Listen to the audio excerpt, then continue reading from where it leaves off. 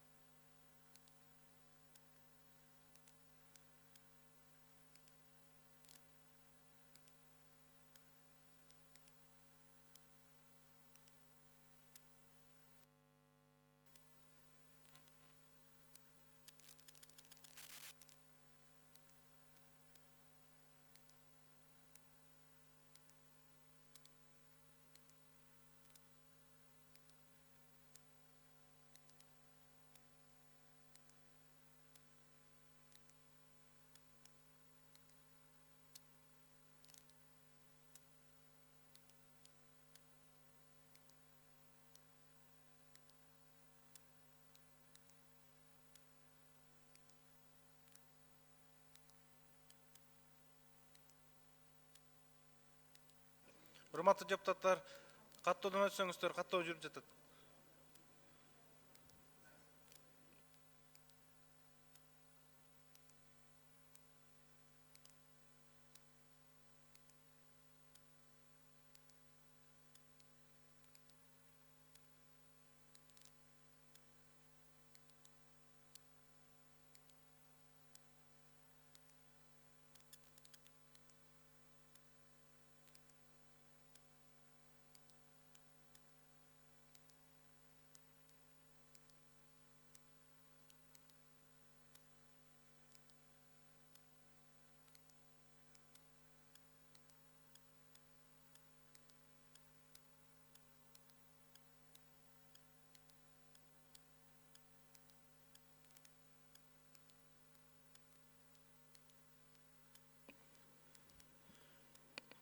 Урматтуу депутаттар, каттоо жүрүп жатат. Каттоодон өзүңүздөр көргөндөй 62 депутат, 63 депутат өттү. Кворум бар. Жыйыныбызды улантсак. Кийинки сөз депутат Мамашева Айсулу Турузбековна да сөз.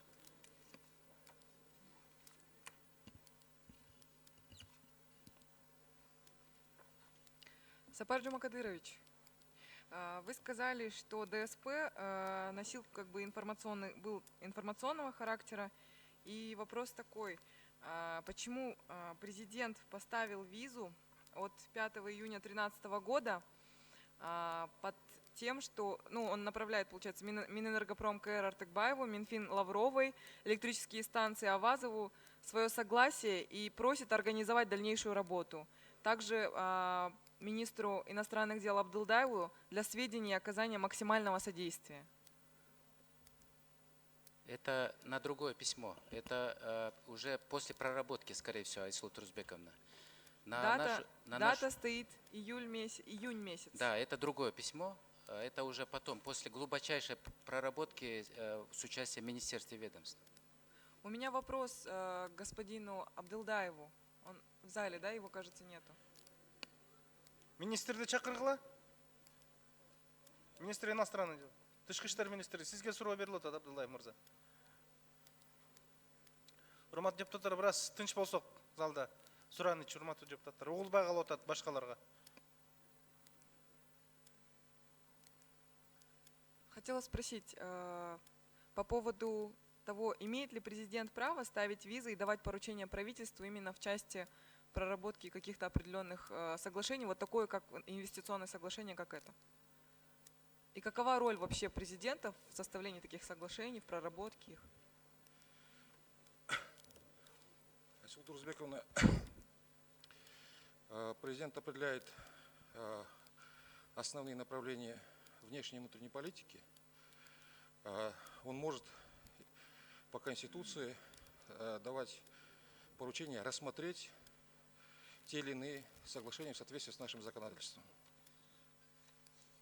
Но рассматривать или нет решает правительство. В соответствии с законодательством Как? и в соответствии с кыргызским законодательством правительство или соответствующие органы рассматривают и затем по процедуре вносят те или иные решения, которые в соответствии с нашим законодательством они принимаются. Но хозяйственные вопросы же решаются премьер-министром, правильно? Если это относится к полномочиям премьер-министра, правительства, да. Вопрос такой. 13 мая в отделе внешней политики аппарата президента КР состоялась встреча с торговым представителем КНР в КР, в ходе которой китайская сторона сообщила о возможности ведения переговоров по снижению предлагаемой компанией ТВ стоимости проекта. И она была снижена. Я не услышал в конце. Как вы 13 мая. Не, в конце вы что-то спросили. По снижению предлагаемой стоимости компании ТВ. Они предлагали 390 миллионов долларов. Снизилось на 4 миллиона. Это все, о чем вы договорились? Айсулу Турузбековна, ну это уже входит в компетенцию правительства, и правительство проводило соответствующие переговоры. Тут описано в отделе внешней политики аппарата президента. Да, я вам сейчас объясню. Значит, по запросу китайской стороны, значит, в соответствии с установленным регламентом, в аппарате президента могут проводиться встречи с иностранными представителями иностранных государств. Соответственно, значит, я так понимаю, эти встречи состоялись и в отделе внешней политики, и в Министерстве иностранных дел, и в других министерствах, ведомствах, которые курировали это направление. И они, значит, китайская сторона, в порядке информации, значит, доводят важные аспекты, которые они считают нужным, важным довести до руководства. И вот эту информацию, которую дала китайская сторона, я в обязательном порядке должен был довести до главы государства, что я и сделал. Сапар Джумакадырович, но речь шла по снижению предлагаемой стоимости. Да, и если вы заметили, в записке также говорится, что очень важно, что надо и рассматривать всесторонне этот вопрос. И компетенцию министерств и ведомств входит вопрос в том числе снижения. То есть те, кто проводит переговоры, например, профильное ведомство, Министерство энергетики, Министерство финансов, может быть, они должны проводить переговоры на предмет снижения стоимости и других технических аспектов договора. А есть стенограмма данной встречи? Я думаю, надо запросить эту стенограмму. Она, я думаю, должна быть, да. Знаете, удивляет одно. Получается, обещали полную реконструкцию, получилось частичная, всего лишь 30%. Обещали бесперебойную подачу тепла, получилась авария в тот же год после реконструкции. Обещали использование местного угля, на сегодняшний день также используется казахстанский уголь. Обещали обеспечить энергетическую безопасность. 10 секунд кошуп койгула. Но, как мы видим, из этих обещаний ничего не выполнено. Я предлагаю, у меня вопрос, можно я закончу свою мысль?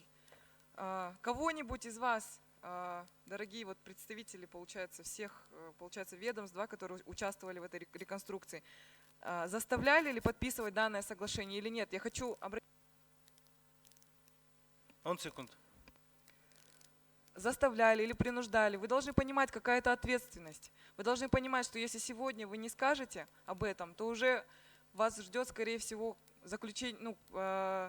Дальше будут работать правоохранительные органы, и часть обязательно понесет за это ответственность. Я надеюсь, что те чиновники, которые приложили руку к государственному карману, обязательно сядут в тюрьму? Урматтуу депутат айым, биринчиден өкмөт, министрлик эч качан полный реконструкцияга деп айтылган эмес. Азыркы бүткөнү бул 40%ке жакын гана бүттү. Толук реконструкция, ошол предварительно эсептелген ТЭОнун эсебинде 1 миллиард 200 миллиондон көп каржат сарп кылынат. Ошон үчүн коомчулукту, адистерди, бардык журналисттерди туура багыт беришиңиздерди суранам. Бул башынан эле ошол 2 агрегат, эски 4 котелду замен боюнча иш алып барылган. Анан эми туура суроо бердиңиз, бул жерде бардык кол койгондор отурат. Кимди заставить этсе, анда азыр сиз айткандай жооп беришсин. Эч кимди кыйнаган эмес. Рахмат. Кийинки сөз депутат Касымалиева Аида Камчыбековнада. Рахмат, Дастан Артисбекович. Биринчи процедуралык маселе КТРК боюнча ал кетип атабы, түз эфир кетпесе качан кетет, ошону тактап коюуну өтүнөм. Экинчиден, бул жерде дагы айтылды, тактап коеюн дедим комиссиянын мүчөсү катары. Мына кол коюлган жана ДСП документтер комиссия отурганда акыркы күнү келип түштү да комиссиянын колуна. Анан Сапар Жумакадырович, сизге биринчи суроо, ошол катыңызда сиз айтып атасыз, бул расмий жолугушуу болгонбу? Убакытты токтоп турсаңыздар. Сөзсүз только расмий жолугушуулар, биз жанагындай неформальный жолугушууларды жаза албайбыз да. Ошон үчүн Ак үйдүн имаратында бул расмий жолугушуу сөзсүз болду. Жолугушуунун негизинде биз президентке тиешелүү маалыматтарды беришибиз керек, бердик. Эгерде расмий жолугушуу болсо, анда стенограмма сакталуу болсо керек, аны менен сөзсүз таанышышыбыз керек. Экинчи маселе, сиз айтып атасыз, ошол жерде ТБА'дын баасын арзандатып берет деп бир сүйлөм кетип атат. Сиз жана жыйындын башында айттыңыз, бул эч кандай лобби эмес, чечимге тиешеси жок деп. Бирок мен ойлойм, ошол комиссиянын мүчөсү катары кандайдыр бир деңгээлде ушул сүйлөм, ал ТБА арзандатат жана жолугушуу болгон деген бир абзац, кийин ТБА'ды тандоого, кийин ошол чечимди аткарууга сөзсүз өз салымын кошкон. Ошол сүйлөмчү абзац. Урматтуу Аида Камчыбековна, мен анда сизге түшүндүрүп коеюн. Мен дагы бир жолу айткым келип атат. Бул кат, кызмат кат, президенттин атына маалымат кат, вид информация биз берип атабыз, кандай болуп атат, эмне болуп атат деп. Анан мен Кытай тарабы айткан маалыматты бербей койсом, бул туура эмес болуп калмак. Себеби президент баарын билиш керек. Биз ошо президенттик аппаратта иштеп атканда сөзсүз болуп аткан нерселерди болгондой айтып беришибиз керек. Бул биринчи.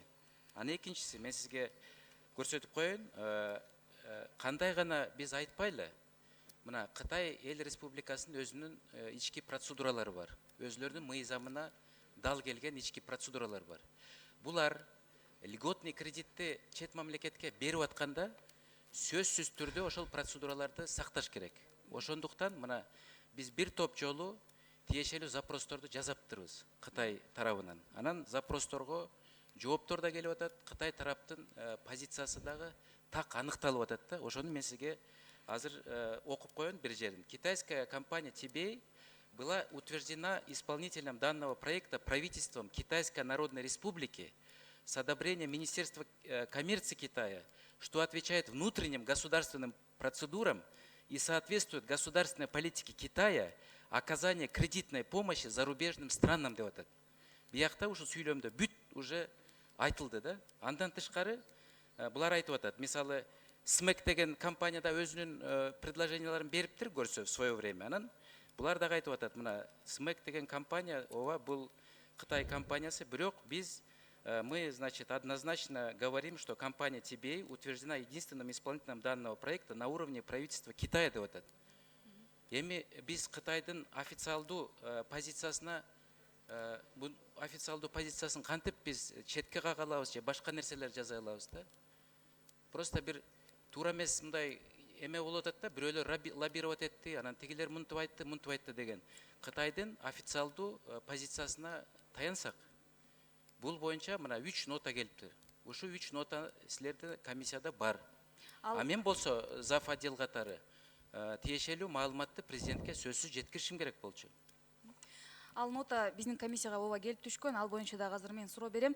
Жантөре Жолдошевич, айтып койсоңуз, мына Сапар Жумакадырович айтып атпайбы, ал өкмөттүн прерогативасы эле ылдыйлатуу бааны. Ошондо канчага ылдый болгон, баа ылдыйлаган? Тибей соода өкүлү Тибей боюнча сөз берип атпайбы? Эгер Тибейди тандасаңар, биз арзандатып беребиз долбоорду депчи. Биринчи ошо сиздерде бар материалдардын баарында первоначальный баа ТБНК 396 миллион болгон. Аягында кол коюлганда 386 болуп кол коюлду. Сүйлөшүүлөрдү энергетика министрлиги, электрический станция жүргүзгөн. Ошонун негизинде иш алып барылган. Процентный ставкалары боюнча жана льготный периоддор боюнча кредитный соглашенияны министр финансов жүргүзгөн. И частично мен катышып калдым. Бул менин официалдуу визитим болчу Үрүмчүдө. Ушул жерде зампредседатель КНР Кытай Эл Республикасынын орун басары менен жолугушууда мен айттым, биз грант элементтен чыкпай атабыз. 2,8% бул өтө бизге туура келбей атат. Анан 7 жылдык льготный периодду аздык кылып атат десем, ошол жерден эле чечип берди. 2,8-ди 2% кылды үстөгүн. И 7 жылды канча жылга келсе силердин ошо грант элементиңер туура келет экен деди. 11 жылга жылдырып беришти. Ошонун эсебинен биз жеңилдетилген баягы МВФ менен кол коюлган биздин соглашенияга туура келди деп айтам. Анан дагы эми суроо сөзсүз түрдө бересиз деп ойлойм. Жанагы 20 миллион жөнүндө болгондо бул уже контракт соглашение о строительстве кол коюлуп, кредитный соглашение, бул эми ал жерде процедуралар бар, качан күчүнө кирет деген жерлер бар да. Ошондо ТВНин генеральный директорун мен кабыл алганмын 10 сентябрь күнү. Ал жерде министр энергетика Артыкбаев, орун басары, станциянын генеральный директору, аппараттын жоопкерчиликтүү кызматкерлери катышкан. Ошол жерде 20 миллион техникалык грант пайда болгон. Техникалык грант. Алар айтты, биз мына баадан түшө албайбыз, биз профильный компаниябыз, бирок ушундай техникалык жардамды берели деп жазылган. Жана 20 миллион ошол жерден пайда болгон.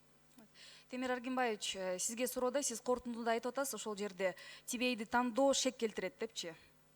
Ошол боюнча түшүндүрүп бересизби? Эми ошол убакта мен иштеп турган экономика министрлигинин негизги функцияларына кири боюнча макроэкономикалык стабилдүүлүктү кармоо, анан социалдык экономикалык өнүгүүнүн багыттарын, алардын божомолун берип туруу. Анан экинчиден инвестициялык климатты шарттарды түзүү баардыгына бирдей ылайыктуу шарт болуп, ошол мыйзамдын негизинде ачык айкын болуш керек деп. Биздин министерстводан жанагы атайын межведомстволук комиссия түзүлгөндө зам министр өкүл болуп кирген. Ал ошол жерге кирип сүйлөшүүлөргө катышканда өзүнүн оюн ачык айкын айтып берген. Биз ошону кат түрүндө жана келиш макулдашууга бергенде кат түрүндө жазып бергенбиз. Анткени алар 2 проект алып барып атат. Эгерде шарты болсо, ошол тендер өткөзүп, башка дагы Кытайдын компанияларын карап көрсө болот депчи. Бирок мен бу жерде бир нерсеге айтып кетейин дедим да, урматтуу депутаттар. Акча табуу, акчаны алып келүү, аны сүйлөшүү жол абдан оор. Оңой эмес да, мындай жеңил акчаларды алып келиш мамлекет тарабынан инфраструктуралык жана узак мөөнөттүк акчаларга кыйыныраак да. Анан мамлекет башчысы катары башка мамлекеттин жетекчилери ошол президент менен сүйлөшкөндө туура табышкан.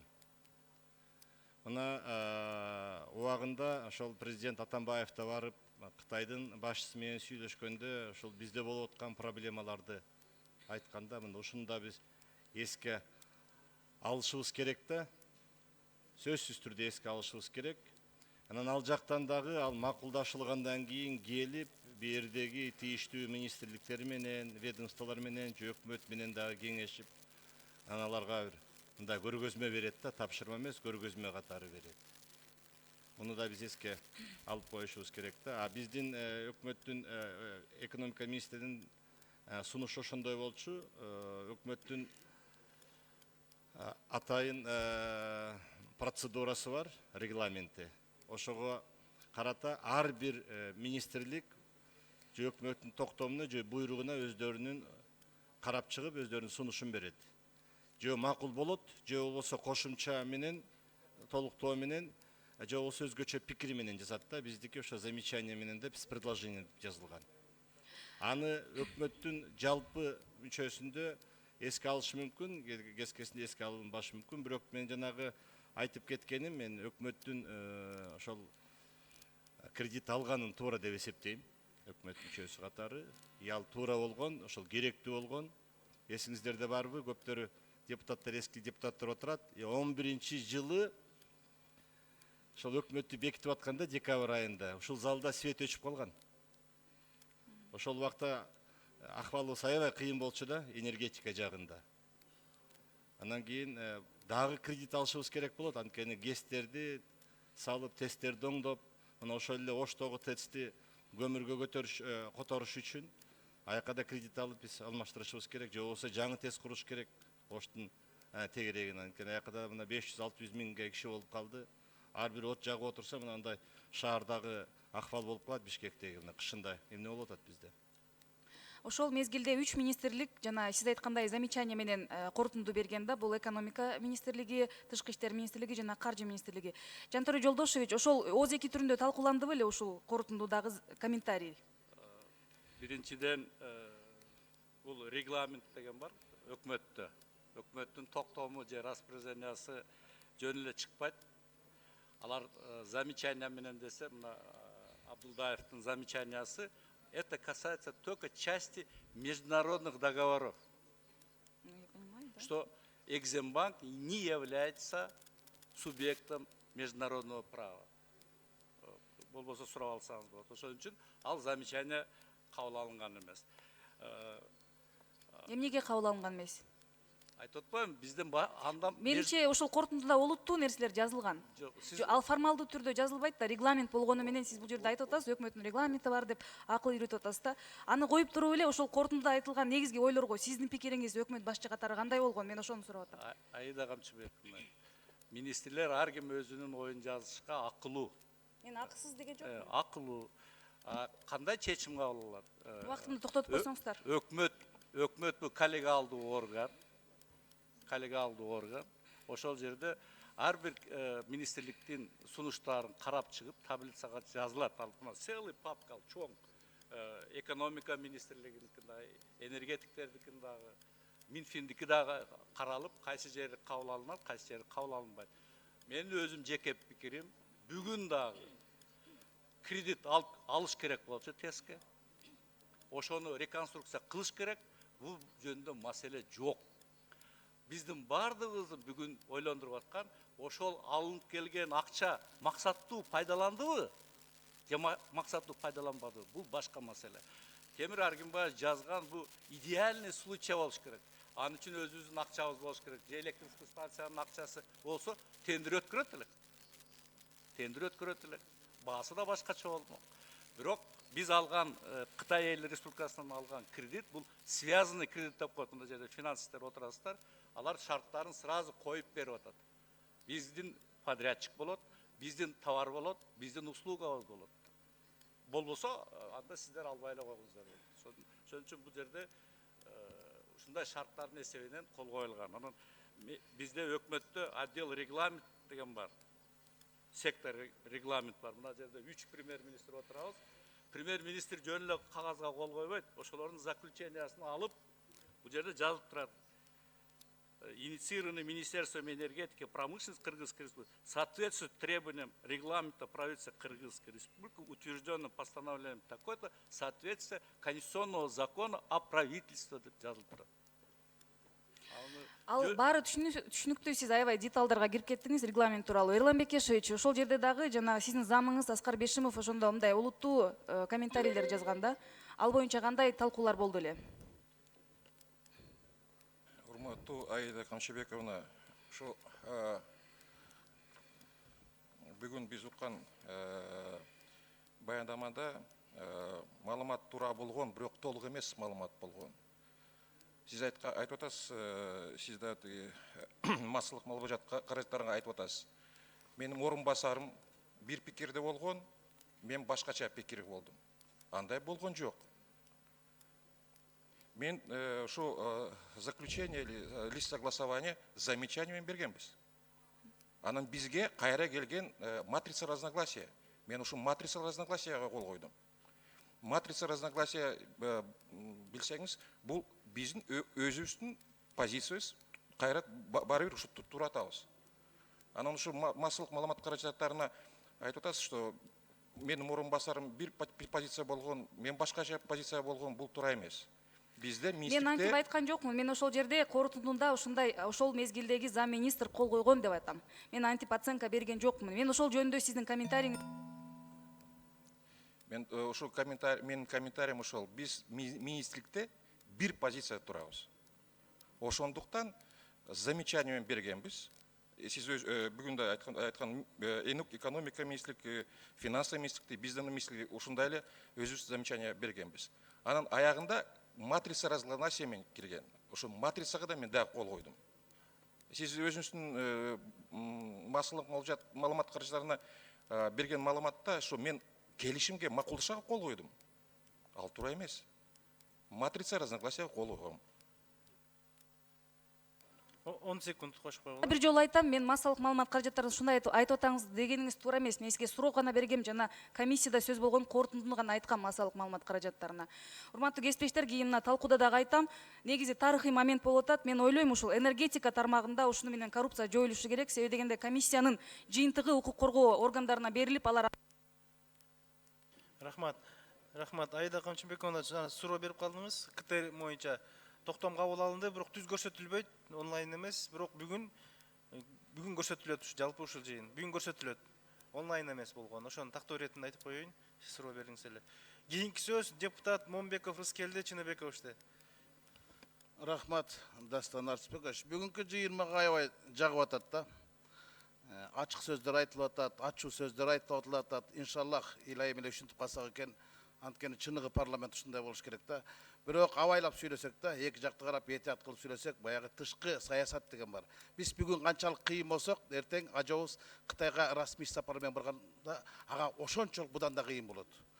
Анан жөн эле ушул жерде отуруп эле баягы тесттеги авария менен мурунку президент менен азыркы президенттин ортосундагы мамилени авария кылам дегендер бул алсыздык эмес, акылсыздык. Мен биринчи ыңгай суроомду берип алайынчы, элдин күткөндөрү ушул баш керек. Жанагы $600 ачкычты көргөзүп коелочу, мен көрүндүгүн берейин. Ап келдиңерби? Не болгон экен, неден жазылган экен?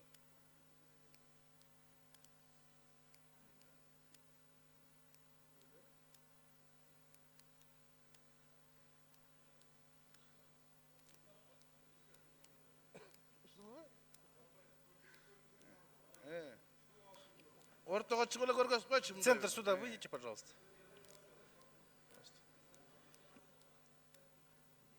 Мындай кылып көргөзүп кой.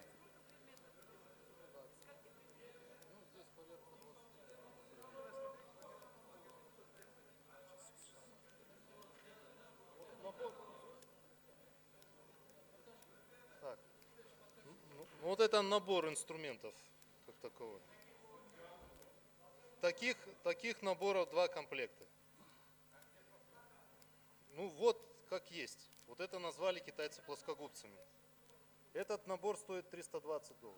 Вот плюс. Рахмат. Отуруңуз, урматтуу директор. Ушул маалыматтын биринчи булагы менин кесиптешим Акылбек Жамангуловунда сиз айтып койсоңуз, ушул беле $600 сиз айткан. Так, еще по этой же позиции, уважаемые депутаты, вот там лента лежит еще с той стороны.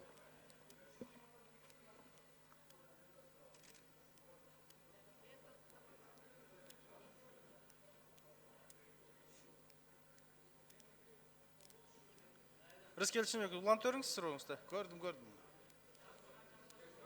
Болду, көрдүм. Азыр мына Акылбек Жамангулов комиссия мүчөсү жооп берип койсунушка. Вот это тоже с этими инструментами по одной позиции лента идет. Все ясно.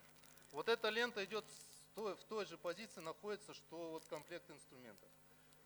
Таких чего комплектов это? два. Лента служит для ремонта транспортерной ленты. Ленты конвейеров подачи угля. Ясно, понятно, спасибо. Все ясно, садись.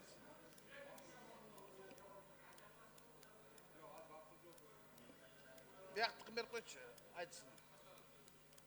Үчүнчү микрофонду үміткілі, Акылбектің аты айтылып қалды, депутат. Үчүнчү микрофон.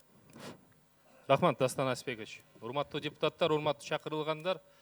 Эми негизинен мамлекет үчүн уятта ушул Кыргызстандын улуу трибунасын алып келип, ошо плоскогубцыны ТЭЦ-тин директору көрсөткөн. Биринчиден. Экинчиден, Рыскелди Чынайкович мына туура маселени көтөрүп кетти. Бардык коомчулукту ушундай чоң талкууга калтырып аткан ушу кычкачтар боюнча маселе. Бул эми шылдың да электростанциянын жетекчиликтери, ушул ТЭЦ-тин жетекчилери. Мен айткым келбейт мурунку премьер-министрлерин. Алар эми кычкач менен иши да жок да. Бирок ошол кездеги 1 жыл мурун, 2 жыл мурун алынган кычкачтарыңар эмне складта жатат андай болсо? Коомчулукта маалымат бар. Видеокамералар боюнча мен өзүм ТЭЦ-ке барып келдим. Ар бир камераны карап чыктым. Кайсы жерге орнотулган, эмне болуп орнотулган камералар экен. Внутренний анализ кылдык. Ал камераларыңар базар баасы менен $1000, $2000 тегерегиндеги камералар. Элди кантип алдап атасыңар? Кайсы бетиңер менен алдап атасыңар? Азыр мына укук коргоо органдары баа бергенден кийин көрөсүңөр. Кайсы кычкачты силер 2 жылдан бери складта хранить этип атканыңар. Коомчулукка бул маалымат чыккандан кийин ТЭЦ-тин кызматкерлери, электростанциянын кызматкерлери балып туруп, складтан базардан алып келип складка киргизип койгон деген маалымат чыгып атат. Кондиционерлер боюнча, лифттер боюнча бул маалыматты депутаттык комиссия жөн эле талаадан алып туруп жазган жок. Мунун баары тең тигил таможнянын төрагасы Кулматовдун колу менен келген инвойстун негизинде биз айтып атабыз. $54,000 бир кондиционерди алат деген бул эмне деген шумдук? Бул жерден биз жетекчилерди айткан жокпуз. Электростанциянын түздөн түз жетекчилери, Энергохолдингдин түздөн түз жетекчилери. Анан келип алып бул жерде депутаттардын улуу трибунасынан келип кычкач деп доказывать эткениңер, укук органдар силерди аягына чейин чыгарып, ушу кайсы жерден кычкач сатып алганыңарды далилдеп берсе экен. Рахмат. Рахмат, Рыскелди Рахмат. Чынайкович, улантсаңыз. Элибиз дагы толуккандуу жооп алдык го дейм. Эми мындайда мен азыр комиссиянын корутундусун окуп чыктым да. Анан төрагасы бир чыгып сүйлөдү, эки мүчөсү эки чыгып сүйлөдү да. Булардын корутундусу мен башында билгем. Мындай комиссия чын айтканда корутундусун эч ким окубайт. Анткени карга карган көзүн чокпойт. Эгерде биз чоң бир жерде мамлекеттик афера болгон болсо, мамлекеттик комиссия түзүлүш керек болчу. Арда президенттин, жогорку кеңештин, өкмөттүн, оппозициянын, журналисттердин, эл аралык эксперттердин корутундусу менен анда иш чыкса, анда отурду. Эми азыркы корутундуну карагыла. Жөн эле каралуу. Бири-бирин актап атат эртеден бери. Бири-бирин жактап атат, бири-бирин мактап атат. Ушундай да болобу? Тиги Алмазбек Шаршенович атылып атат. Уят эмеспи? Эми тергөөчүлөр турат да. Ошолор аныктайт да. Сот бар да. Анан акырет бар. Адилет акыретте болот, башка жерде болбойт. Анан туруп алып берде жобок кылбагыла. Эртең уят болуп калабыз. Эгер жеген болсо, деген болсо ушул жердегилер жеди ишти. Бирок Кытай тараптын эмне күнөөсү бар берген кишинин? Эртең мамилени бар өлөт да. Ошон үчүн абайлап этият кылып, бул жанагы алсыздык, акылсыздыкка, аша чапкандык, ала барбандыкка барбагыла. Мен ушуну айтып коеюн дедим, калган сөздүн талкууда айтам. Рахмат. Рахмат, комиссиянын төрагасынын микрофону бергиле, Уланбердибаевдин. Рахмат, Дастанбек Арыспекович, урматтуу депутаттар. Бул жерде биздин корутууда биз бирөөнү күнөөлөп, бирөө тийгил бул дегенге биздин укугубуз жок.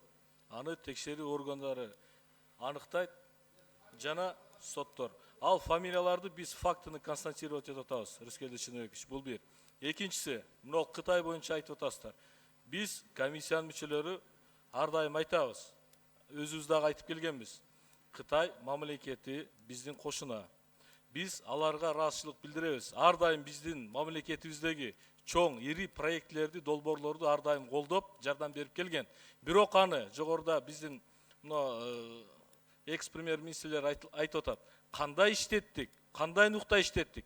Бул чоң суроо жаратат. Аны биздин тергөө органдары аныкташ керек. Бул коомчулукта чыгып аткандан кийин бул нерсени сөзсүз түрдө талкууланыш керек деген. Рахмат. 10 секунд кошпогула. Момбековдукун. Эгерде андай болсо, ошо ратификацияга добуш берген депутаттардын баарынын тизмесин кошкула. Макао барып, какого ичкендерди койушула. Силер деле бекитип берип атпайсыңарбы? Силердин жоопкерчилиги да каралыш керек да. Бир эле жактуу кылбай. Комиссиянын корутундусунда. Biz урматтуу Рыскелди Чыныбекович бир жактуу кылган жокпуз. Биз максималдуу түрдө депутаттар өзүбүздүн корутундубузда мүмкүн болсунча болгон нерсени болгондой кылып алып чыктык. Ал жерде бирөөнү актап, бирөөнү мактап, же бирөөнү даңктап, же бирөөнү күнөөлөгөн жокпуз. Аны тергөө аныктайт. Рахмат. Кийинки сөз депутат Карамушкина Ирина Юрьевна. Спасибо. Уважаемые депутаты, я считаю, что сегодня отличный показательный урок для всех тех, кто еще мечтает разжиться за счет кредитов, либо за счет бюджетных средств. К сожалению, рано или поздно получается, что авария все равно бы случилась, так как очень много недоработок. К сожалению, она случилась, пострадали наши граждане. Но сегодня вот этот вот разбор полетов, как говорится, опять-таки я хочу сказать, предупреждение очень многим. А самое главное, как говорится, Бог шельму метит. И мы дождемся, давайте, решения полномоченных государственных органов, решения прокуратуры, следствия прокуратуры, чем это все закончится, и тогда будем уже обвинять голословно по фамилиям. А то сегодня, я смотрю, очень многие смелые стали. Когда был президент Атамбаев, в глаза заглядывали. А сейчас он не успел уйти, хотят успеть скорее за пятку укусить. Хотя бы за пятку укусить вслед. Это подло. Поэтому я считаю, что всему будет предел, и рано или поздно до каждого доберется вот такая вот рука справедливости и правильной принципиальной власти. Теперь я хочу сказать следующее. Первая группа депутатов, в которой я выезжала, к сожалению, никого нет, я одна осталась. Мы были в Урумчи, смотрели вот этот тест ТБИ. Это действительно очень крупное, масштабное предприятие. И нас уверяли, что на 396 миллионов долларов будет построено, вернее, реконструировано у нас. И мы тогда говорили, что очень дорого, но нас все уверяли. Я уверяю, что и президента тоже уговорили. Кто-то, значит, эти документы по ТЭЦ ему предлагали, и он подписал этот документ. Потому что помните, как он искренне верил, что действительно Кыргызстан в Бишкеке будет построено, модернизированное, согласно всем мировым стандартам ТЭЦ. Он как ребенок тоже радовался. Я уверена, что ни копейки из этих 396 миллионов в его карман не ушло. А вот кто это сделал, на каком этапе? А самое главное, у меня вопрос. Китайское предприятие... 10 секунд кош перли. Рахмат. Вот, кто принимал? Кто видел, что недоработки есть? Кто промолчал? Кто это все прикрыл? Вот кого нужно спрашивать. На какие средства и как сделали? Полностью ли все средства были вложены? Вот здесь нужно спрашивать и искать виновных. Рахмат. Кейинки сөз депутат Тилаев Табылды Гапыровичке берилет. Рахмат. Кечирип койгула. Так, жооп бересиңерби, анан экинчи микрофон процедурный. Урматтуу депутат, жакшы маселени көтөрдүңүз. Мен кайталап айтып коеюн. Биринчиден авария, реконструкция болгон блокто болгон жок. Муну коомчулук билиш керек. Авария эски оборудованияда болду. Ал жерде иштеп аткан адистер тикелей жооп бериш керек. Кандай болуп курулду? Мен да кайталап айтайын, Рыскелди мырза жакшы сөздү көтөрдү. Мен бир интервьюда айттым элем. Адистик мамлекеттик комиссия түзүп, ал жерге адистер барсын и көрсүн канча деңгээлде аткарылган баягы заданиянын барды, канча деңгээлде аткарылбай калган. Ошондо чыгат. Азыр биз жөн эле бардыгын модернизацияга түртүп койгонубуз туура эмес. Рахмат. Ирина Юрьевна, я еще хотел добавить, если можно. Значит, вот вы сказали, что, упомянули, и вот Алмазбек Шашенович, не зная, подписал там какой-то документ. Алмазбек Шашенович никаких вот таких серьезных документов, решений не подписывал. Я хочу об этом официально сказать. Он давал, значит, соответствующее поручение рассмотреть и в дальнейшем проработать этот вопрос. А прорабатывают его уже в установленном законодательстве, порядке, с учетом национальных интересов и так далее. Для уточнения хотел сказать. Рахмат, экинчи микрофон процедурный. Азыр эле Рыскелди Чыныбековичтин суроосуна кычкачты көрсөтпөдү комплекти. Мен мурунку ошол маалымат каражаттарында биринчи чыккан ушу кычкач боюнча мурунку директор отурат. Ушундай комплектте кычкач беле ушуну тактап айтып койсо депутаттарга ушул болчу же бөлөк болчу деп. Анткени Жаманкулов депутатыбыз айтып атат, кайсы складтан аяктан алып келип койдуңар деген маалымат бар деген. Мурункусу отурат, Нурлан Өмүркулов, сиз ушуну ушундай комплектте көрдүңүз беле, кандай көрдүңүз тактап койсоңуз коомчулук. Микрофонго чыксаңыз.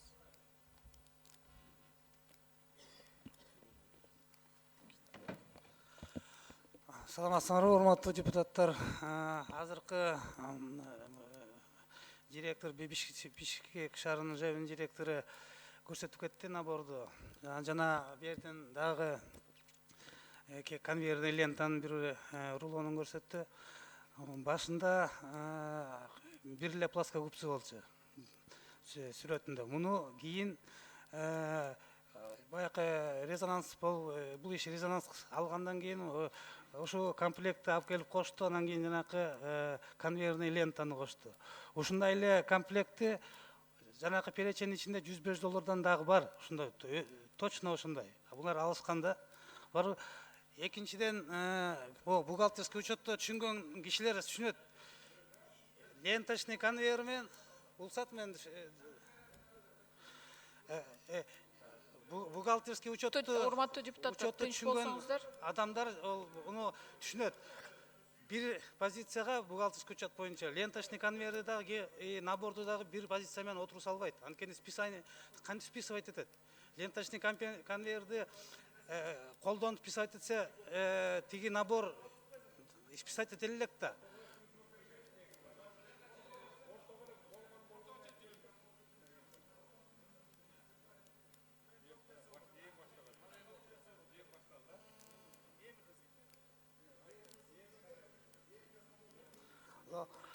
Урматтуу депутаттар, азыркы айтып кеткендей, азыркы Өмүркулов Нурлан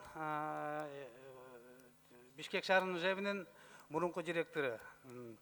Азыр силердин алдыңарда набор көрсөттү. Бул набор ошол эле списокто бар, $105 алынган. Бирок башында мен айтканда берде бир эле темирскен эле кычкач болчу. Муну болсо кийин резонанс болуп кеткенден кийин ошо наборду кошту, анан баасы да жетпей калабы деп туруп, конвейерный лентанын да бир мотогун кошту.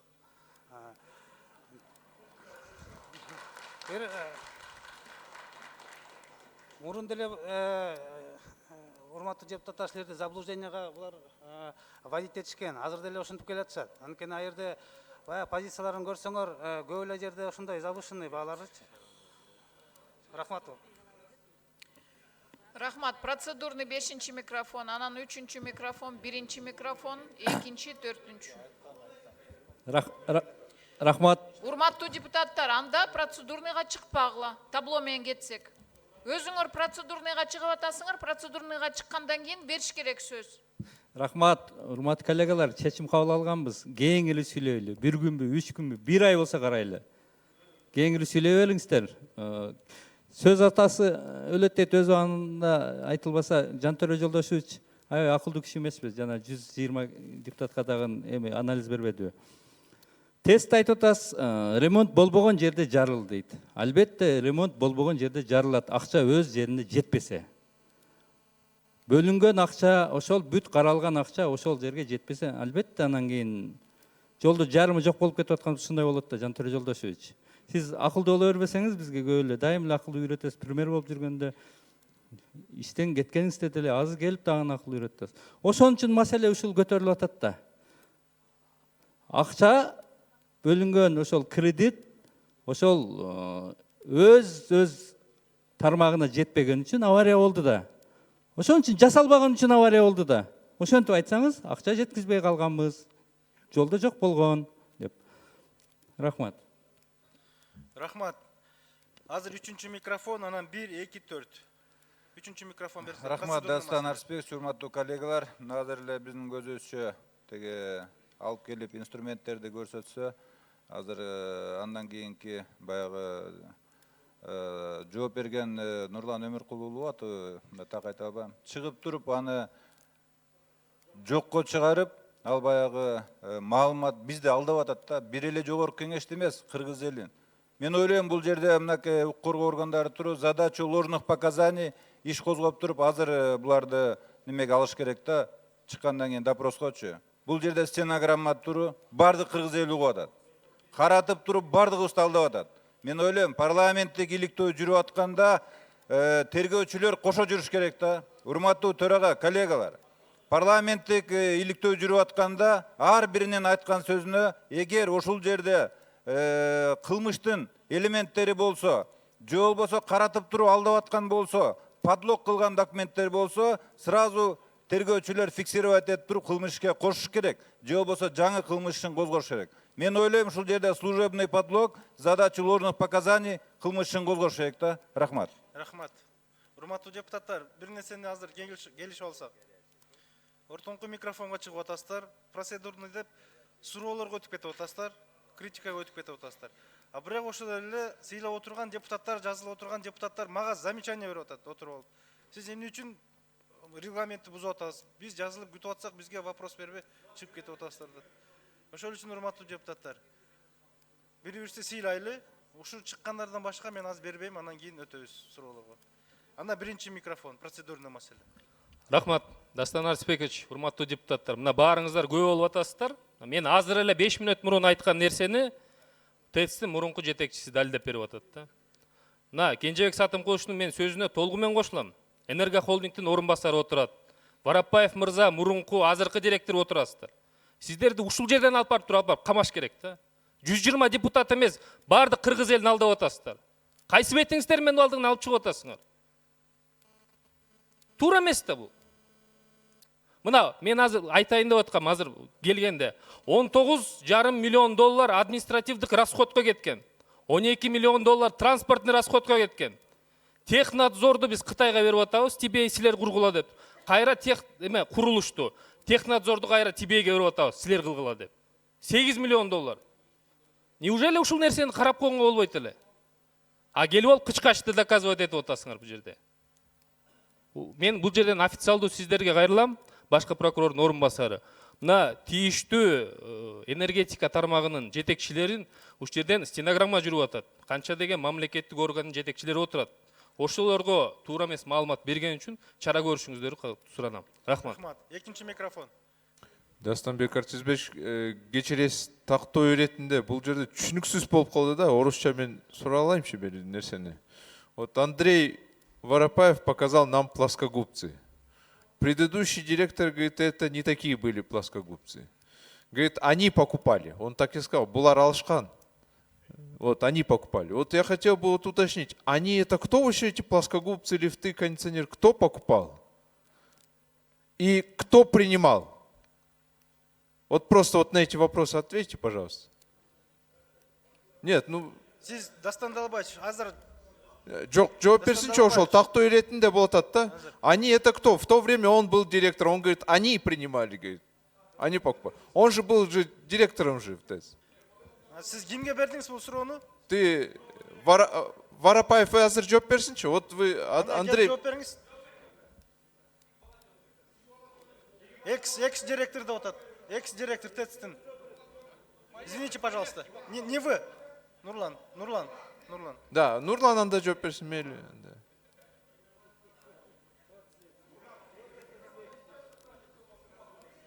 Они кто покупал плоскогубцы? Ким алган плоскогубцалар, кыч-качыктарды?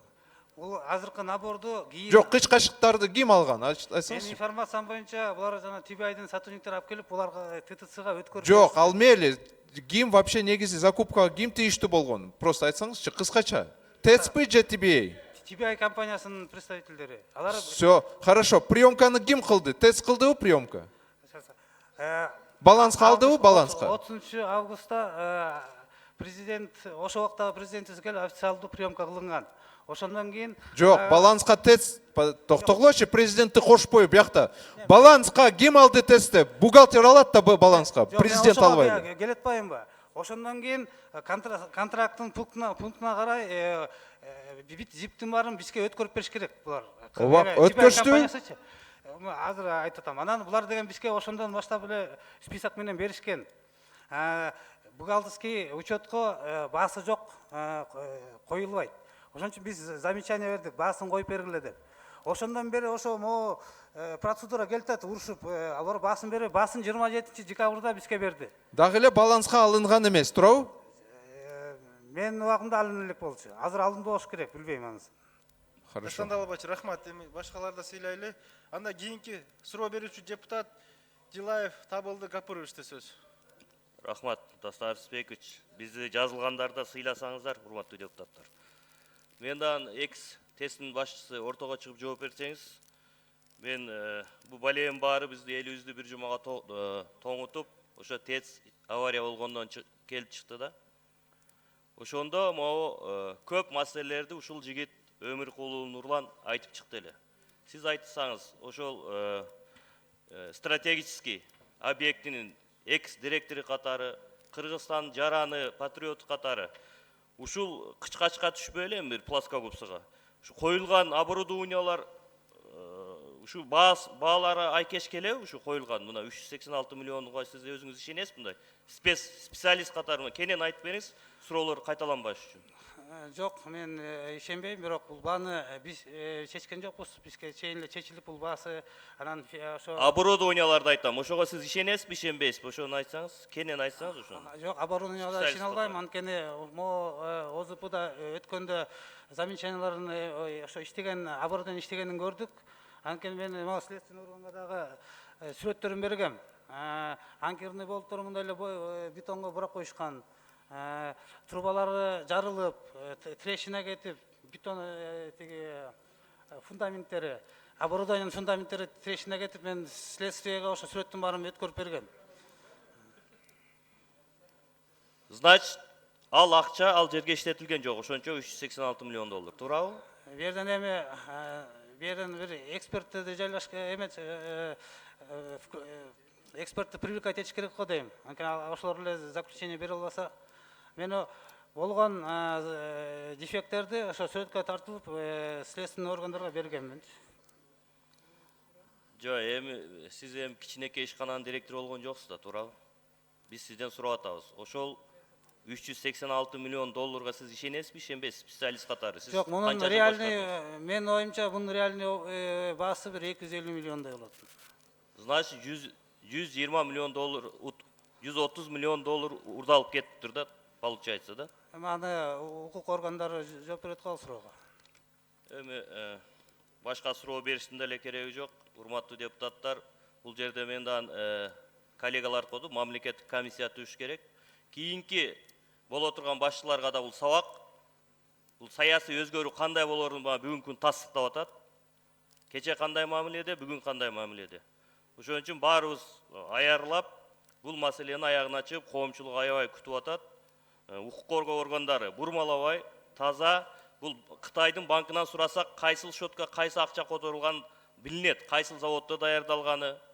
Тибайды эми ачык айтып атат, ал кабель чыгарган завод экен, фирма экен депчи. Эми аны да аныкташ керек, бирок акчанын изини биз Кытайдан сурасак, алар уурдалган акчаларды бат эле айтып коет. Ошон үчүн мен дагы мамлекеттик комиссия түзүшүн мен сунуш кылат элем. Рахмат. Рахмат, сиз отура берсеңиз болот. Анда кийинки сөз депутат Акаев Жанарбек Кубановичте. Рахмат. Урматтуу депутаттар, 7-нчи этаждан звонок болбой эркин болуп калышыбыз менен баарыңарды куттуктайм. Узагынан берсин, мындан ары ушундай темп менен кете берсек, менин оюмча жакшы.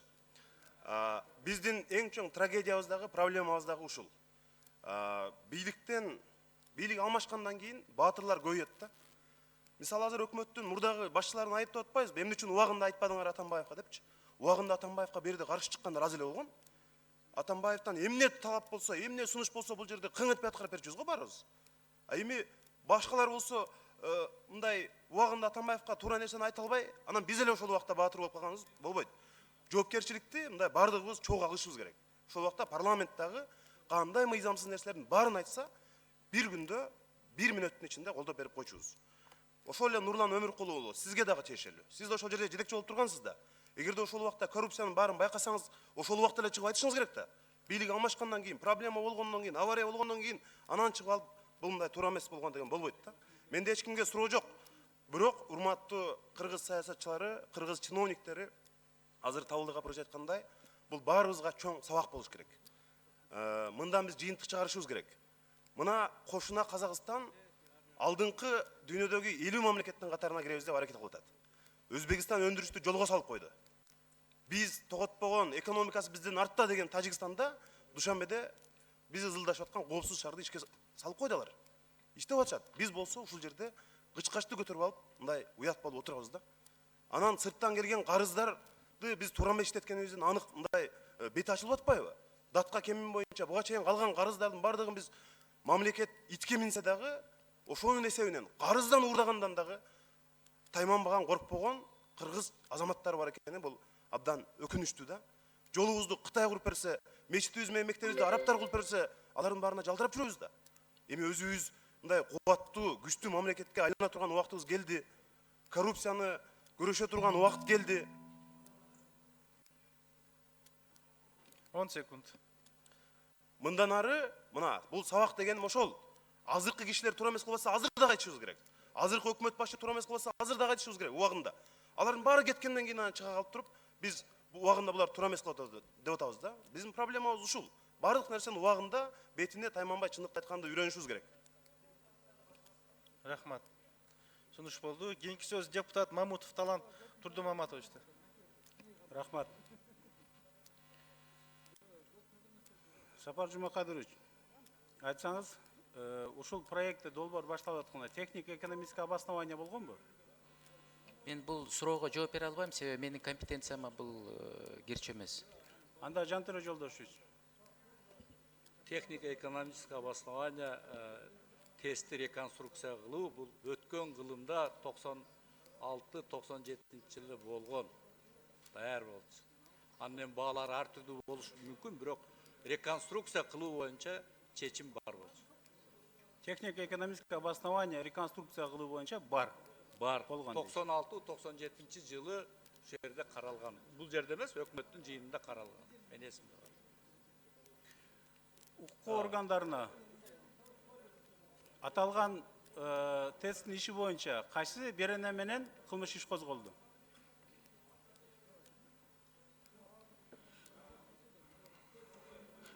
Рахмат, урматтуу Дастанбек Артисбекович, урматтуу депутаттар, урматтуу Талант Турдумаматович, берилген суроого мындай жооп берем силерге. Өзүңөр билесиңер, 2003 жылдын 31 январында ушул Бишкек шаарындагы жылуулук электр борборунундагы авария боюнча иш козголгон, андан кийин иштер келип атып дагы 3 иш козголду. Баш аягы 4 кылмыш иши козголду. Төртүнчүсү кылмыш жаза кодексинин коррупция беренеси менен козголду. Азыр тергөө жүрүп жатат. Түшүнүктүү, рахмат. Жалпы өкмөттүн өкүлдөрүнө билгизип койгум келет. Учурда бул жерде 5-сазывдын депутаттары дагы маселени көтөрүп атат.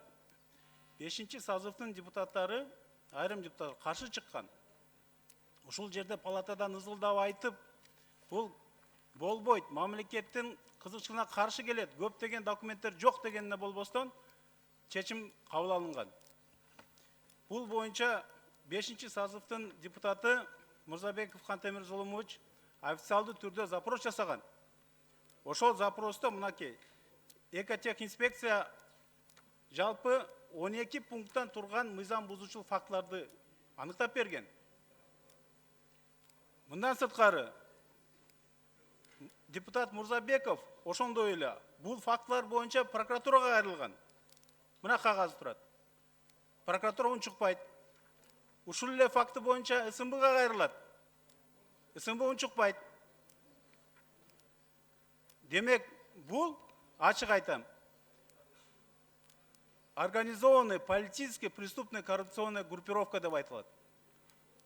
Жалпы мамлекеттик кызматкерлер биригип алып туруп, бир тилден, бир сөздөн болуп алып туруп, ушул даражага жеткизген жалпы ошол өкмөттүн мүчөлөрү жана жооптуу адамдар.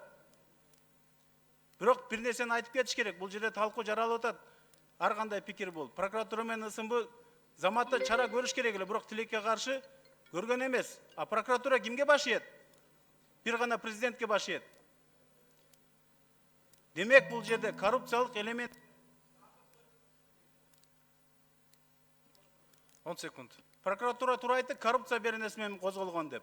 Ошондуктан мына аталган кыскачтар боюнча дагы бардык маселелер боюнча экспертиза жүргүзүш керек.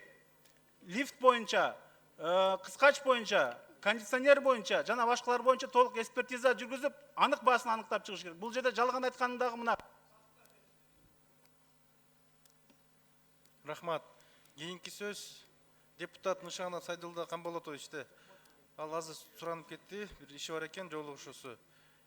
Жылдырып койсоңар деп суранып кетти. Анда кийинки сөз депутат Бокоев Кенжебек Сатымкуловичте. Рахмат. Мен баяндамачыга бир сөз комитеттин төрагасы ким жооп берет? Тактадыңыздарбы? Мына 12,5 миллион доллар транспортный расходко кетти деди. Ким жооп бере алат? Ошол мындай реалдуубу? Уақытты тоқтатылды. Урматтуу Кенжебек Сатымкулович, бул жерде мен жогоруда айткандай EFC контракт болгон подключ деп, ошого биз депутаттык комиссия толук кандуу ал жерде кайсы позиция боюнча кандай чыгым кеткенин толук кандуу алган жокпуз. Бизге ГУМ жалпы ушундай расходдор жумшалган деген маалыматка гана таянып, ошол маалыматты биз жеткиздик. А ички деталында кайсыл жака канча акча каражат жумшалганын bizde андай маалымат берилген жок. Мен ойлойт элем ушул 12,5 миллион доллар транспортный расходко кеткенин тактасаңар жакшы болмок да. Кийинки суроо, мен ойлойм ушул жерде чоң мандем бар. Жана плоскоутсу биякта эле калат да, эгер транспортный расход эсептесек. Айтсаңыз кийинки суроо. Мына мен баягы 5-акылыштын депутаты болгондон стенограмманы да көтөрүп чыктым. Ошол жерде баяндама болуп атканда билесиңер 5-акылышта бир күндө 3 окуудан өтүп кеткен. Каралып да добуш берип да. Мен ойлойм бул парламенттин чоң күнөөсү. Ошол убактагы депутат катарында мен айтат элем, айтып кетиш керек стенограмма үчүн. Мен Мыктыбек Юсупович, Курмантай Абдиевич, Улукбек Кочкоров, Өмүрбек Абдрахманов, Мурзабеков, Шашеев 7 депутат ушуга каршы бергенбиз да. Мына бүгүн бул тарых. Эмне үчүн? Анткени 3 окуудан бир күндө ошол убакта бийлик күчкө салып өткөзө берген. Мына бүгүн ошонун мандемди көрүп атабыз. Экинчиси, мамлекеттик сатып алуулар жөнүндө мыйзамды обход кылып туруп, эл аралык келишимге ТВЕ компаниясын жазып койгон үчүн биз каршы болгонбуз. Жана башка майда чүйдөлөр. Бул эл аралык келишимге кирбеш керек эле, 2% өтө чоң процент эле жана башкалар. Эми ушул баяндама боюнча мен стенограмманы карасам, урматтуу ошол убакта министр болгон Осмонбек Мамеджанович, ушундо стенограммада айтылган экен, негизинен жаңы ТЭЦ курулат Бишкектин борборунда деп. Мына бүгүн биз ушул аварияны карап атканда сиз тастыктай аласызбы? Жаңы ТЭЦ курулдубу Бишкекте?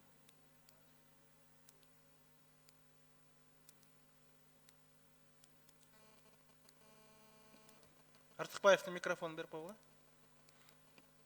Негизинен Бишкекте 300 мегаваттка электроэнергия боюнча, анан жылуулук боюнча 300 гигакалорияга кубаттуулуктагы жаңы ТЭЦ курулду.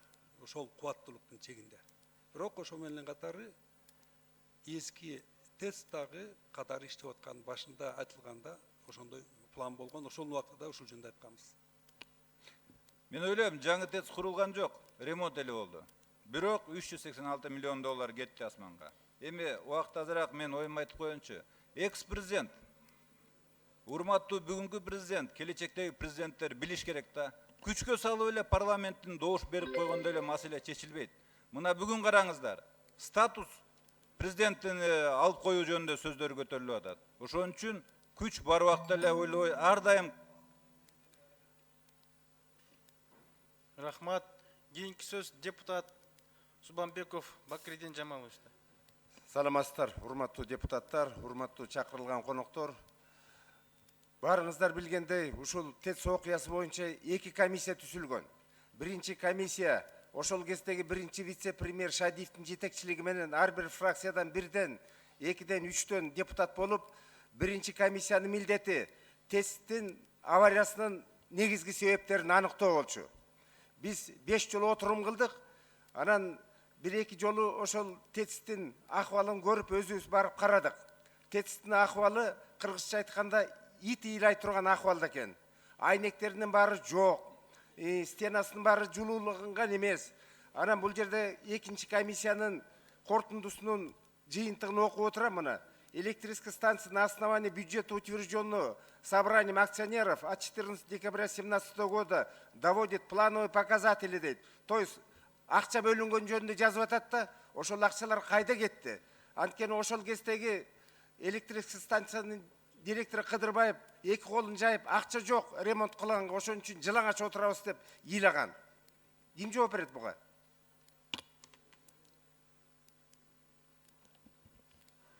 Рұқсат берсеңіз, біз жооп берек. Садық Нұрлан Улуткөнер қолдық төраганын орынбасары. Жалпы айтып кетсек, 2017-2018 жылы берілген қаражаттар электр станция толық қанды берілген.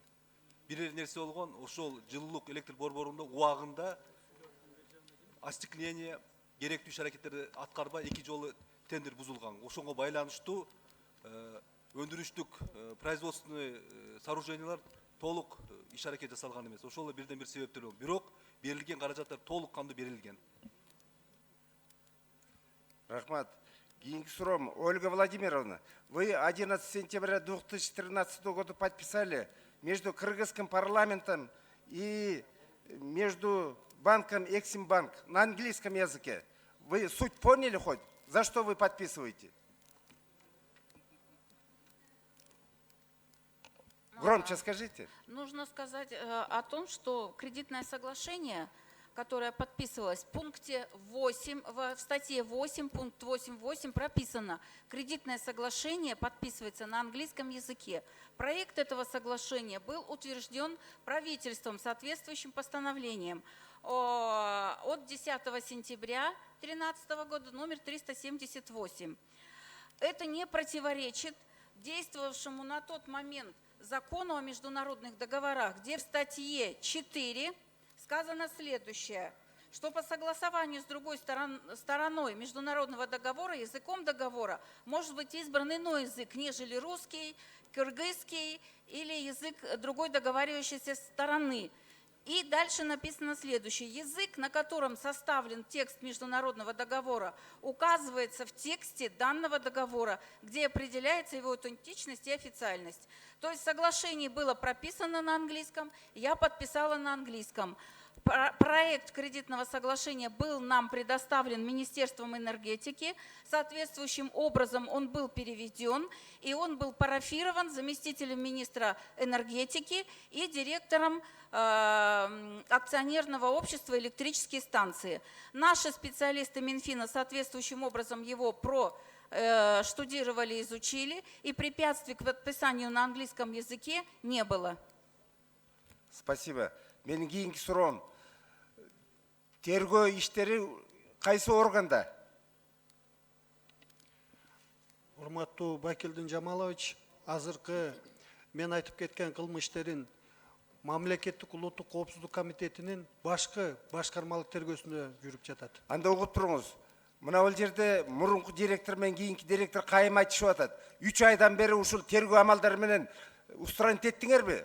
Ушул жерде эл, кыргыз элинин көзүнчө бир кычкачты көрүп уят болуп атабыз. Тергөө амал очный ставка жүргүздүңөрбү? Мен сизге айтып кетем, тергөө амалдары жазык процессуалдык кодекстин алкагында жүргүзүлүп жатат. Толук, объективдүү жана ар тараптуу жүргүзүлүп жатат. Кийинки маселе, эсептөө палатасынын жетекчиси барбы? Ушул ТЭЦ боюнча плановый проверка качан болуш керек эле силерде?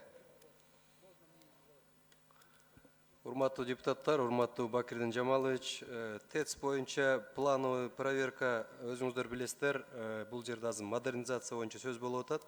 Модернизация 2017 жылы жай мезгилинде былтыр ачылды, эксплуатацияга берилди. Биз быйылкы жылдын башында аудит өткөрүп, тиешелүү органдарга материалдардын баарын өткөрүп бердик. Рахмат. Урматтуу депутаттар, эми мамлекет экономикалык жактан аксап аткандан кийин жетекчилер үшүнтүп сыртка чыгып бир акча таап келели дейт экен. Ушул алып келген акчаны туура пайдаланбай, элге уят болуп атабыз. Минтип атсак бизге кайсы инвестор келет? Дастан Арыспек, уруксат берсеңиз. Азыр 10 секунд бүтүрүп алсын оюн. Ошондуктан мен айтып кетерим. Ушул акыркы ушундай окуя болуп, мындан ары кайталанбасын каалап кетер элем. Рахмат. Рахмат. Мен тактоо үчүн гана Дастан Арсызбекович, бул жерде Кыргыз Республикасынын өкмөтүнүн распоряжениясы буйругу чыгып атат. Ал жерде айтылып атат: одобрить прилагаемый на официальном языке проект кредитного соглашения. И там уполномачивают министра финансов подписание вышеуказанного кредитного соглашения на официальном языке. Ошону тактоо үчүн айтып коеюн. Рахмат. Да, я хочу пояснить. Да, постановление, проект кредитного соглашения утвержден на официальном языке. Но опять же, в статье 8 этого проекта, пункт 8.8 прописано четко: соглашение подписывается на английском языке, что не противоречило закону о международных договорах, который действовал на тот период. Но, Ольга Владимировна, вы тогда вот хорошо, вы ознакомились на русском языке, но на английском, когда вы подписываете, вы же суть поняли вы вообще сами? Для этого существуют те специалисты, которые идентифицируют два варианта. Аутентичность проверяют этих договоров. Договор был аутентичен, препятствий к подписанию на английском языке не было. Кроме того, как я уже пояснила, Министерство энергетики, которое обеспечивало перевод, оно парафировало каждую страницу английского текста договора.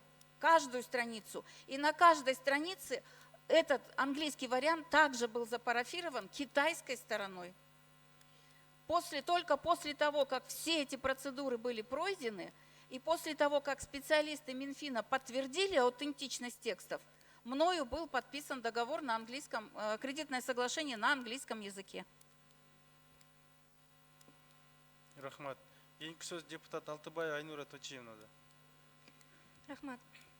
У меня по первой части работы комиссии вопрос касается аварии бойынча. Мы давали поручение счетной палате провести аудит национального энергохолдинга. Завершили аудит? Урматтуу Айнура Тойчуевна, бизге тапшырма келген. Бүгүнкү күндө биз аны карап бүтө элекпиз. Бүтөр замат барын жиберебиз. Хорошо, потому что из-за халатности, непрофессионализма чиновников случилась авария, и весь город замерз. И, наверное, после аудита я буду инициировать вопросы реформирования этого органа как ненужного, потому что возросли расходы на аппарат управления. И я думаю, что ответственность руководства Госкомитета промышленности и энергетики недропользования тоже должна быть рассмотрена. Нурлан Мурза, Нурбек Мурза, если даже не понесете уголовную ответственность, избежите, но я думаю, что моральную ответственность вы должны чувствовать. Вам, наверное, стыдно. Пересадили всех руководителей структурных подразделений, а вы также продолжаете работать, как ни в чем не бывало. По второй части, по модернизации. Я хочу отметить, что мы что можем сказать? Вот если вот эту ручку, вот эта ручка стоит 100 сомов, а мы ее, благодаря нашим чиновникам, купили ее за 1000 сомов, и, конечно, продавец сделал все, чтобы каждый стержень, каждая модель, это было из алмаза, из золота. И получилось, что сейчас мы должны очень долго будем расплачиваться за кредит этот, который на самом деле мы очень дискутировали, обсуждали, когда брали эту сумму. И депутаты все говорили, что не соответствует стоимости. Я особое внимание обратила на 20 миллионный сумму, которая была нам предложена.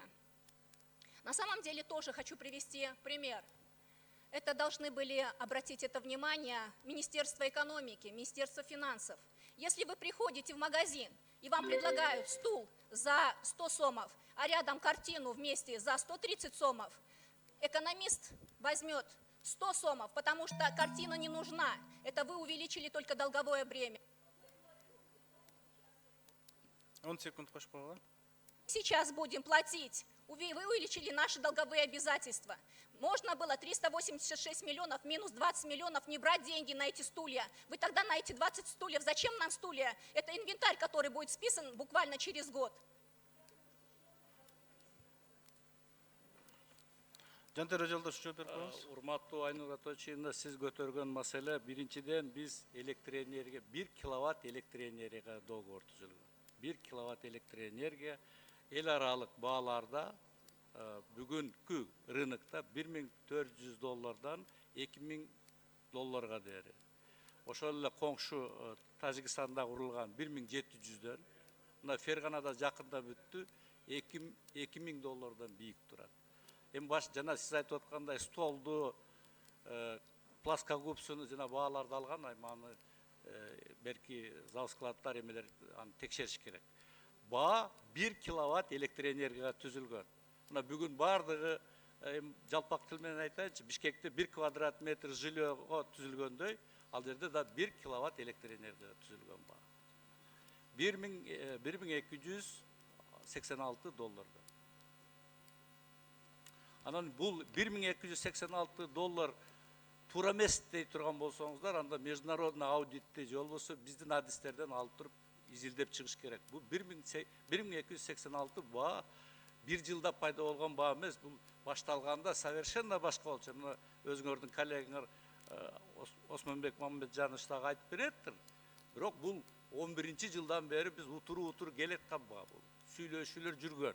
Көп жолу сүйлөшүүлөр жүргөн. Ар бир совещанияда. Бир эле жөн эле пайда болгон баа эмес, муну эсептелген адистер. Сону бир туура түшүнөтүңөр деген нерседе мен айтып атам да. Баа 1 киловатт электроэнергияга түзүлгөн.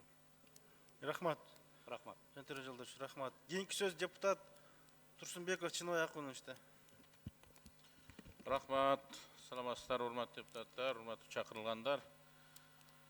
Негизи биз бүгүн эле алдык материалдарды. Эртерээк же болсо кийинки жума койсок болмок, же эртерээк алсак болмок. Бирок ошондой болсо да анча-мынча таанып чыктык. Өзгөчө биздин депутаттар жөнүндө да кеп болуп аткан үчүн мен ошондон баштайын деп турам суроомду. Менин биринчи суроом эки коллегама, ошол кездеги энергетика министри Артыкбаев менен эл аралык комитеттин башчысы Каныбек Иманалиевке. Ошол Твиевага депутаттык топту жиберип атканда сиздер менден сурандыңыздар эле, Чыныбай Акунович барып келсеңиз жетектеп деп. Кандай максатта, эмненин негизинде ошону сурандыңыздар эле, ошого жооп берип койсоңуздар. Осмонбек Мамеджанович жана Каныбек Капашевич. Биринчи микрофон бергиле, Артыкбаевдыкын. Анан Каныбек Капашевич. Урматтуу Чыныбай Акунович, негизинен ведомстволор аралык комиссия иш жүргүзгөндө ошондо ушундай тапшырма болгон. Сону жакшылап изилдеп, баасын, компаниянын акыбалын, ушу ишти аткаралабы, аткаралбайбы, ушул багытта максималдуу түрдө техникалык специалисттерди, аба электр станциянын министрликтин специалисттерин, коомчулуктун тартып, ошону көрсөтүү маселеси болуп коюлган. Ошонун негизинде биринчи делегация жайында барып келген, алын арасында депутаттар и жана техникалык специалисттер. Экинчиси ошол октябрь айында деп ойлойм, урматтуу биздин депутаттар барып келген. Ошолордун барган максаты барып көрүп, ошол компаниянын акыбалын, мүмкүнчүлүгүн, колунан келеби деген маселени билип, анан ошого жараша чечим кабыл алсын деген максат менен болгон. Дагы үчүнчү делегация барган экен, мен кеткенден кийин 14-жылы дагы бир топ депутаттар барган экен. Негизинен ал жака андан сырткары дагы башка министрликтердин ведомстволорунда өкүлдөрү барган. Баягы техникалык маселелерди чечиш үчүн, ар кандай деталдарды талкуулаш үчүн барышкан. Осмонбек Мамеджанович, мен түшүндүм, бирок мени ошонун негизинде сурандыңыздар. Мен өзүм жөнүндө сурап атам да. Мени эмне максатта сурандыңыздар эле? Негизинен биз депутаттардын ар бир фракциядан, ар бир оппозициядан, позициядан депутаттардын өкүлдөрү барып көрүп келсин деп ошону сураганбыз. Каныбек Капашевич микрофон бергиле. Рахмат. Энергетика министрлігінің комитетке сунуш түшкөн. Комитет фракциянын лидерлерине кат жөнөткөн. Ар бир фракция 3 депутатты жиберип, 15 депутат ошо жака барып келишкен. Жоқ, Каныбек апай, мен өзім жөнінде сұрап атпаймын. Сіз менден мага кайрылбадыңыз беле? Чыныбек сіз барып келсеңиз деп. Ошону эле биз тактап коеюн деп атам, коомчулук үчүн. Ошо Кытай тараптын чакыруусу боюнча. Ошон үчүн сиз барып келсеңиз деп айткан турбайсызбы? Ооба. Рахмат. Бул эми жанагы мен айрым коллегаларыма жооп беретинде ар кандай сөздөр чыгарып атпайбы? Барып ошол жака байып келгендей көргөндөр үчүн да. Эми экинчи бир маселе, бул депутат комиссия баштаганда эле бир 5-6 пункттан турган нерселерди, себептерди, авариянын себептерин белгилеген экен да. Бишкек шаарындагы ошо авария сезонго даярдык канааттандыруу болбогондуктан, анан кийин эч кандай стратегиянын жана программалардын жоктугунан, иштер өкмөттүн, улуттук энергетикалык холдингдин, Бишкек шаарынын медиасынын ортосундагы координациянын жоктугунан деп баарын белгилептир дагы, бирок ошон үчүн конкреттүү кимдер күнөөлүү жазбаптырсыздар да. Мен ошону комиссиянын мүчөлөрүнөн сурайын дедим эле, же төрага жооп бересизби? Мун үчүн кимдерди күнөөлүү деп эсептеп атасыздар? Саясий баа берип атасыздар, кимдерге карата? Рахмат. Улан Бердибаев жооп бересизби? Азыр мен бул жерде. Сиз бул жерде мынау баштаган деле. Жок, мынау авариянын себептерин изилдөөнүн жыйынтыктары боюнча Кыргыз Республикасынын өкмөтүнө төмөндөгүлөр тапшырылсын деген 4-пункту карасаңыз. Ал жерде биз айтып атабыз. Кыргыз Республикасынын өнөр жай, энергетика жана жер казынасын пайдалануу боюнча мамлекеттик комитетинин, энерго холдинг, электр станциялар, экологиялык жана техникалык мамлекеттик инспекциясынын, мүлк фондунун жетекчилеринин жоопкерчилиги тууралуу маселе карасын деп. Стратегиянын, программанын жоктугуна, жылуулукту өнүктүрүү боюнча, өкмөттүн, улуттук энергиянын, Бишкек шаар мэриясынын ортосунда координациянын жоктугуна ошолор жооп береби?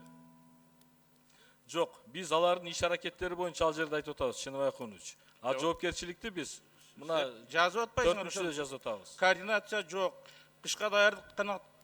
Ооба, туура.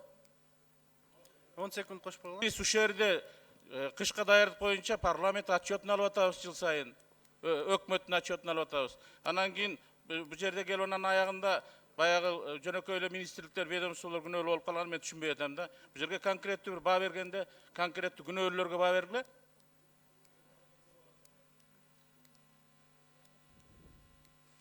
Чыныбек Акунович, биз максималдуу түрдө ушул жерге көрсөткөнгө аракет кылдык. Рахмат. Кийинки сөз депутат Маматалиев Марлен Абдрахмановичтен. Рахмат, урматтуу депутаттар, урматтуу чакырылуучулар. Улан Бердибаевич, суроом сизге да. Айтсаңыз, кыргыз эли карап отурат. Ушул жерде бир топ экс-премьер-министрлер отурат. Ушул кайсыл премьер-министр түздөн-түз өз буйругу менен ушул TBI компаниясы менен переговор жүргүзгүлө. Ушул TBI компаниясы менен условиясын карап чыккыла. Жана ошондой эле Инексим банк менен проект кредитного соглашенияны түзгүлө деп кайсыл премьер-министр өз распоряжениесинен буйрук бердиле? Урматтуу Марлен Абдрахманович, мен өзүмдүн сөзүмдө дагы, докладымда дагы айтканмын. Бул жерде толугу менен ушул башынан Жантөрө Жолдошевич катышкан. Рахмат, Улан Бердибаевич. Урматтуу прокуратура өкүлү, бизде ар дайым эле ушул жөнөкөй немелер башында тургандар эмес, жөнөкөйлөр жоопко тартылып кала берет да. Мунусуна да ошондой болуп калбасын. Мукамбетов, Байгончоков, Алмазга окшогон балдар, Азаматка окшогон балдар эмес, башында турган распоряжение менен түздөн-түз буйрук берген кишилерди карап чыгыңыз. Могу жерде коллегабыз айтып кетти, Алтынбек Турдубаевич, геройлор депчи, супергерой турат могу жерде. Ошонун жоопкерчилигин карап чыгыңыз. Анан айткан сөзүн жебеген самсыга жооп берем деп айтып койсо ишенип отурбай, жолбосо мына кече айтып атат, мен ашты демдеп койдук, ал өздөрү жеп алды деп. Ошол сөздөргө ишенбей толугу менен карап чыгышты суранам. Экинчи суроом, Энерго холдинг сизге. ТО өткөн эмес деп мына биз комиссия айтып атат, бирок Жантөрө Жолдошев айтып атат 96-жылы ТО болгон деп. Болгон эмеспи? ТО албетте болуш керек. ТО болгон, ТОнун негизинде мына иш аракеттер болгон. Ошол ТО 96-жылы өткөнбү? Ал кийин адаптация болгон. Адаптация болуп экспертиза өткөнбү? Ал полностью экспертиза болгон, баардык нерселер иш аракеттер толук болгон. Рахмат. Үчүнчү суроом Лаврова Ольга Владимировна вам. Мы же знаем, с вами вместе работали, когда замминистр подписывает замечанием, то есть он определенное сопроводительное письмо пишет, вы должны были подписать с замечанием. Вы это подписывали или просто подписали? Или вам было указание просто подписать, а замечание учесть? Спасибо за вопрос, Марлен Абдрахманович. Да, совершенно верно. Мы с вами давно друг друга знаем, давно вместе работали в разных сферах. И я, насколько я помню, если мне память не изменяет, вы в свое время работали помощником министра финансов. Поэтому вы, как никто другой, знаете, какова процедура составления и направления таких писем. В соответствии с распределением должностных обязанностей, один из замминистров готовит обоснование, рассматривает свой вопрос, готовит обоснование для правительства. Кожошеву было поручено, Кожошев это сделал, но к этому письму прикладывается лист согласования, который подписывает министр. И вот этот лист согласования мною был подписан с замечаниями и предложениями. Если хотите посмотреть, я вам покажу копию. Недостаточно этого. Так. Болды, мен сұрауым жоқ, рахмат. Рахмат. Кейінгі сөз депутат Жаманқұлов Ақылбек Жексеновичте. Рахмат, Дастан Артысбекович. Биринчи мен суроом Жантөре Жолдошовго келишимге кол коюп атканда Жантөре Жолдош 386 миллион доллар боюнча мен өзүм ошо депутаттык комиссия башынан аягына чейин болдум. Бир топ маселелерди ошол жерден маалымат алдым. Анан менде бир суроода 386 миллион долларга кол коюп атканда сиз жанакы EPSI контрактка кол коюп атканда ички расходторун карадыңыздар беле? Келишимге жана 386 миллион кайдан чыкты деген суроону айтып атасыздар. Муну адистер иштеп чыккан. Адистер иштеп чыгып негиздегенден кийин өкмөткө министрлик кайрылган. Биз ушундай эсептеп чыктык, бирок бул көп сумма болуп атат. Межведомственный комиссия түзүп бериңиз деген. Межведомственный комиссия түзүлгөн, ошол жерден жактырылган. Жактырылгандан кийин бизде Кыргызстанда болгон бир проектный научно-исследовательский институт бар, энергиянын заключениясы чыккан. Ал жерде дагы кайталап айтып атам, 1 киловатт электроэнергияга түзүлгөн баа 1268 доллар. Рахмат. Урматтуу депутаттар, урматтуу коомчулук, мен депутаттык комиссиянын мүчөсү катары айтып коеюн, мына 386 миллион доллар бул өтө мамлекет үчүн өтө чоң акча каражат. Мындай жөнөкөй жаранды эле үй салаарда бир предварительный расходтун акча каражатын чыгарат. Прорабка берет. Прораб эсептөө кылып туруп анан кийин ортодон ошо баасын бычышып, ана бир баага келет да. Бул кирпичке мынча акча каражат, буяка мынча акча каражат. Мен специалист эмесмин, бирок ошол эле мезгилде специалист эмес көз менен караганда өтө чоң акча каражатты ошол сиз премьер-министр болуп турганда, сиздин астыңызда министрлер болобу, тийиштүү жетекчилер сизди подставлять эткен, значит. 19 миллион 200 миң доллар административдик расход. Баарыбыз билебиз, административдик расход деген бул эмне? Бул ошол компания болобу же мамлекеттин жана көрсөтүлбөгөн расходтору. Транспортный расход 12 миллион 400 миң доллар. Кытайдан персоналды учуруп кеткен экен да. Энергохолдинг электростанция буга даже до сих пор маселесин да жооп бере албай коюшту. Кимди учурдуңар, каяка жайгаштыңар? Пусконаладочный работа 8 миллион доллар. Демонтаж почти 20 миллион доллар. Надзор 8 миллион доллар. Да. Жантөре Жолдош, мен ойлойм, ошол убакта сиз кол коюп атканда бюро сметасын алып туруп, балдар, моңуруңар расходторуңар туура эмес экен. Кайра бир карап чыккыла десеңиз болот беле, болбойт беле? Биринчи келгенде, цифра келгенде 396 миллион деп келген. Ошондо анан Артыкбаевден мурунку иштеген министрликке тапшырма берилген, карап чыккыла деп. Ошо тапшырмалар депутаттык комиссиянын ичинде жүрөт. Анда көрсөңүздөр керек. Сүйлөшүүлөр бүтүп калганда жана 386 миллион болгондо уже кредит, эртең кредиттик соглашение болот дегенде мен айттым, бул кымбат болуп калыптыр го десем, Кытай жак ТВ компаниясы макул болбой атат деди. Анда генеральный директорун чакыргылачы сүйлөшөлү деп ошол жерден совещание өткөрдүк. 10 сентябрда жана технический грант жана 20 миллион пайда болгон. Алар айтты, biz bir da sent түшпөйбүз. Biz ушул бул мировой баа, мындан түшө албайбыз, бирок жардам берели деп электр энергетиктерге жардам берген жана 20 миллион 20 хвостик бар. Ушундай чоң акча каражаттан 10 миллион доллар эконом кылдык деген негизи уят болсо керек. Менин жеке оюмда. Урматтуу Дастан Аспекович, 10 секунд кошуп бер. 10 секунд кошкула. Бул жерде отурган бардык премьер-министрлерди мен өтө сыйлайм, урматтайм. Жантөре Жолдош, сиз жана өзүңүз айтып кеттиңиз, бизди да сыйлагыла депчи. Тилекке каршы ошо массалык маалымат каражаттарынан мен бир топдай депутаттар тарабынан сөздөрдү уктум да. Кээ бири айтып атат базар ком, кээ бири өлүктөр деп атат, кээ бири башка. Кошуп койгула. Мен да сиздерден суранып кетем да. Массалык маалымат каражаттарына чыкканда сиздер дагы мындай этияттап сөз берсеңиздер да. Рахмат. Акылбек Жекшенович, сиздин замечанияңызды биз кабыл алабыз. Бирок мен ошондо биринчи бизди эч кандай жыйынтык чыга электе, корутунду чыга электе Артыкбаев экөөбүздү коррупционер деп чыгарып берди. Средства массовой информации. Ошону Жантөре Жолдошевич тактап айтсаңыз ким чыгарды? Депутаттар эмес да? Жок, депутаттар эмес, ссылка на депутатов деп журналисттер чыгарды. Бардык средства массовой информации. Ссылка болгондо корутунду бүгүн чыгып атат Жантөре Жолдошевич. Ошону айтып атам да, мына урматтуу сизге менин эч кандай претензиям жок. Корутунду чыккычакты эч ким мындай средства массовой информацияга бирөөнү күнөөлөгөнгө кимдин акысы бар?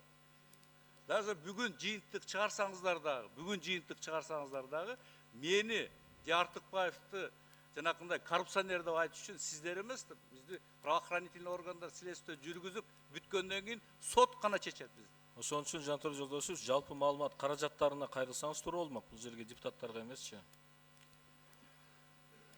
Рахмат. Рахмат.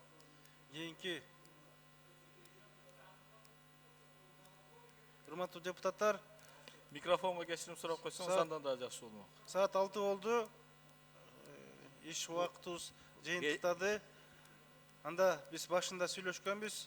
Кийинки 3-чү күнү жумадагы ушул маселени улантабыз. Ушу табылоо менен кетет. Ушу табылоо менен кетет. Урматтуу деп. Ушу табылоо менен кетет. Кийинки жыйынга чейин сау саламатта калыңыздар.